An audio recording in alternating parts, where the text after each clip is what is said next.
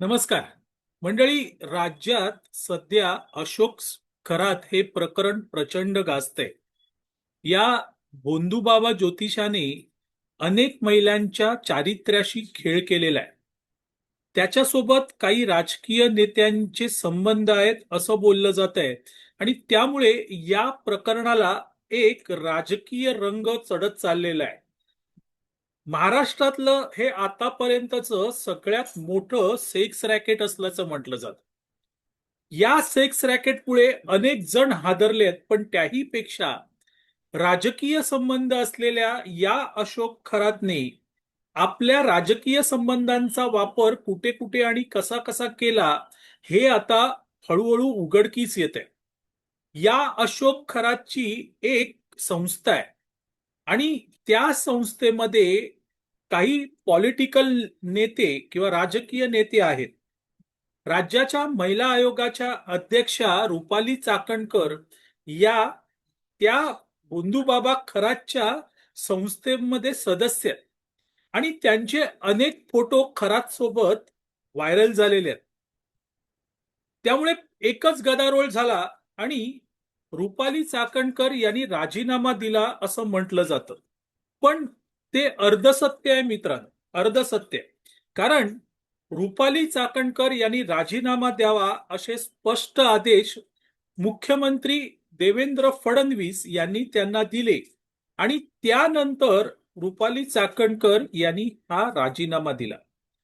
रुपाली चाकणकर यांची एकंदरीत कारकीर्द ही वादग्रस्त ठरलेली आहे आणि त्यातून शेवट हा त्यांच्या राजीनाम्यात झालेला आहे मित्रांनो.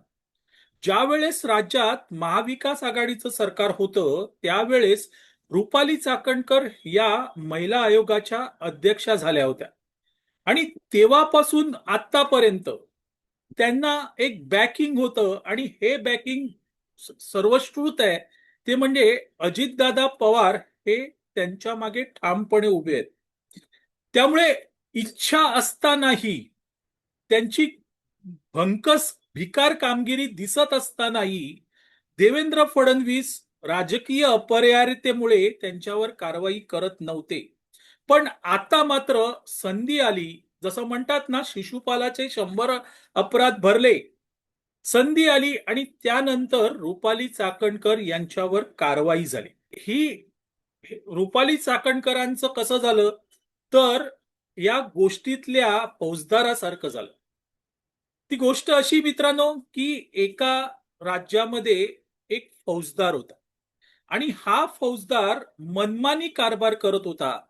तो जनतेला नाडत होता, कोणालाही अटक करायची, तुरुंगात टाकायचं, त्याच्याकडून पैसे वसूल करायचे, कोणालाही मारजोड करायची, हे तो सातत्याने करत होता. त्याच्या तक्रारी प्रधानांच्या कानावर गेल्या, पण प्रधान मात्र त्याच्यावर कारवाई करू शकत नव्हते. कारण हा जो फौजदार होता तो राजाच्या मर्जीतला फौजदार होता आणि त्या फौजदारालाही कळत होतं की जोपर्यंत राजा राजपदावर आहे तोपर्यंत आपल्याला कोणीही हात लावू शकणार नाही, आपण मनमानी कारभार करू शकतो. पण ज्या दिवशी राजा पदावरून गेला, राजा पदच्युत झाला, त्या दिवशी मात्र तो फौजदार पळून गेला. कारण त्याला समजून चुकलं की आता आपली काही धडगत नाही. रुपाली चाकणकरांचंही तसंच झालं मित्रांनो. त्यांना कळत होतं की आपण काय करतोय, आपण कशा प्रकारे कारभार करतोय. महिला आयोगाचे अध्यक्ष असताना आपण खरंच राज्यातील किती महिलांना न्याय देऊ शकलो की फक्त पक्षीय राजकारण करत राहिलो, हे रुपाली चाकणकर यांना कळत होतं, समजत होतं. आणि ज्या वेळेस अशोक खरात हे प्रकरण बाहेर आलं त्यावेळेस रुपाली चाकणकरांना कळलं की आता आपली काही धडगत नाही आणि म्हणून त्यांनी राजीनामा देऊन बाजूला होणं पसंत केलं. त्यांनी स्पष्टीकरण देण्याचा प्रयत्नही केला नाही, कारण हे प्रकरण आपल्या अंगाशी येणार हे त्यांना पक्क ठाऊक होतं. राज्य महिला आयोगाच्या अध्यक्ष असतात त्या कुठल्याही पक्षाशी बांधील नसतात. त्यांची बांधिलकी ही राज्यातल्या महिलांशी असते. पण महाविकास आघाडीचं सरकार असताना केतकी चितळे प्रकरण झालं. केतकी चितळे हिने शरद पवार यांचं नाव न घेता एक सोशल मीडिया पोस्ट केली. त्यावरून मोठा गदारोळ झाला. तत्कालीन पोलिसांनी, अर्थात ते महाविकास आघाडी सरकारचे पोलीस होते, त्यांनी केतकी चितळेला अटक केली. अनेक ठिकाणी राज्यात तिच्यावर केसेस दाखल करण्यात आल्या. पोलीस बंदोबस्तात असताना राष्ट्रवादी काँग्रेसच्या कार्यकर्त्यांनी तिला मारहाण केली, ज्या तोंडाला काळं पासलं. त्यावेळेस रुपाली चाकणकर या महिला आयोगाच्या अध्यक्ष होत्या. त्या काय म्हणाल्या की केतकी चितळे ही समाजाला लागलेली कीड आहे आणि तिचं समर्थन कोण करत असेल तर तेही चुकीचं आहे. केतकी चितळेला तिची बाजू मांडू न देता तिच्यावर अशा प्रकारे आरोप करणं हे कुठून आणलं? त्यानंतर मित्रांनो, हेच एक प्रकरण नाही, धनंजय मुंडे यांच्यावर करुणा शर्मा यांनी आरोप केले, पण त्याची चौकशी झाली नाही. कारण धनंजय मुंडे हे अर्थातच ह्या रुपाली चाकणकर ज्या पक्षातून येतात, राष्ट्रवादी पक्षातून, त्या पक्षाचे नेते होते. किंवा संजय राठोड यांच्यावर झालेले आरोप, त्यावेळेसही रुपाली चाकणकर गप्प बसल्या, त्यांनी काहीही केलेलं नाही. इतकंच नाही मित्रांनो, तर नुकतंच फलटणमध्ये 23 ऑक्टोबर 2025 रोजी एका हॉटेलमध्ये एका महिला डॉक्टरने आत्महत्या केली. तिने जे सुसाईड नोट लिहिली होती, त्या सुसाईड नोटमध्ये गोपाळ बदने आणि प्रशांत बनकर यांची नावं लिहिली होती.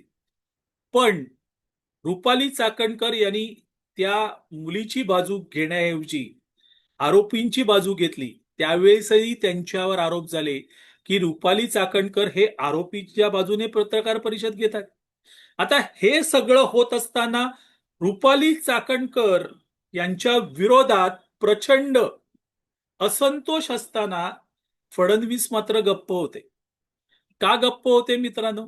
कारण फडणवीसांची ती राजकीय अपरिहार्यता होती. रुपाली चाकणकर हे या अजित पवार यांच्या मर्जीतल्या, त्यांच्या खास होत्या आणि त्यामुळे रुपाली चाकणकरांना हटवा असं वारंवार सांगूनही ते काही अजित पवार यांनी ऐकलं नाही, पुरावे मागत होते. पण त्याच वेळेस फडणवीसांनी एक चांगली भूमिका घेतली आणि राजकारणात ही भूमिका अतिशय महत्वाची असते मित्रा, आणि ती भूमिका होती संयमाची. शिशुपालाचे अपराध भरतायत, 100 अपराधापर्यंत तो जाणार याची खात्री फडणवीसांना होती मित्र. पण तोपर्यंत संयम दाखवायचा हा प्रचंड मोठा गुण हा देवेंद्र फडणवीस यांनी दाखवून दिला.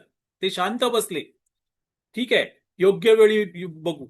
आणि ज्या वेळेस अशोक खरात प्रकरणात रुपाली चाकणकर अडकल्या आणि त्यांनाही कळत होतं की आता आपल्या डोक्यावरचा हात नाहीये, अजितदादा नाहीयेत, अशा वेळेस आपल्याला राजीनामा देण्याशिवाय पर्याय नाही, आणि त्यांनी राजीनामा दिला.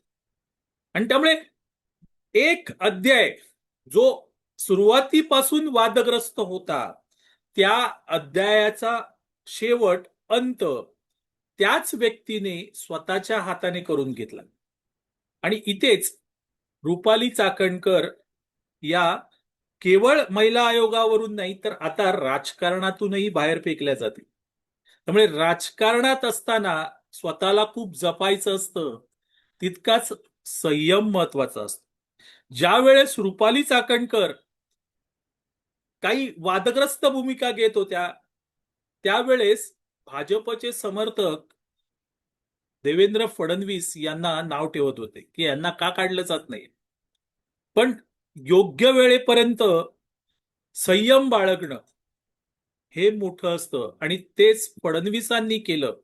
आणि त्यामुळे एक वादग्रस्त व्यक्तिमत्व जे राज्याच्या महिला आयोगावर होतं ते आज दूर झालेलं दिसतंय. आणि जर रुपाली चाकणकर यांच्या बाजूने आपण विचार केला तर चाकणकरांना आपण महिला आयोगाच्या अध्यक्ष आहोत, कुठल्याही राजकीय पक्षाच्या नेत्या कार्यकर्त्या नाही, हे शेवटपर्यंत कळलं नाही. त्यांनी आपल्या अंगावरची राजकीय शॉल बाजूलाच केली नाही आणि त्यामुळे त्यांचा आज बळी गेला. असो मंडळी, तुर्तास इथे थांबतो. मी आबा माळकर आपली रजा घेतो. आपल्याला व्हिडिओ आवडला लाईक करा, शेअर करा, लक्षवेधला सबस्क्राईब करा. धन्यवाद.